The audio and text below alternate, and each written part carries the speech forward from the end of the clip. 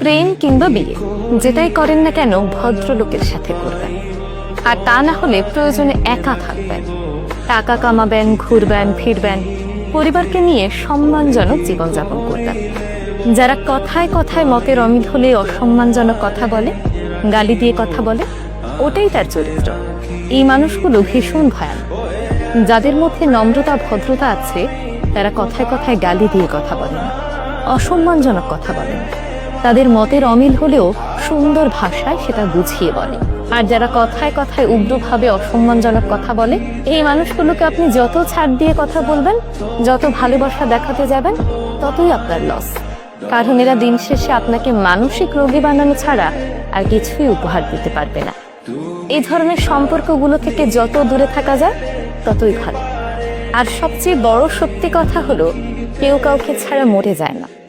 সবাই ঠিকই বলে আমি তোমাকে ছাড়া বাঁচবো না, কিন্তু শেষ পর্যন্ত বাঁচে এবং খুব সুন্দরভাবেই বাঁচে।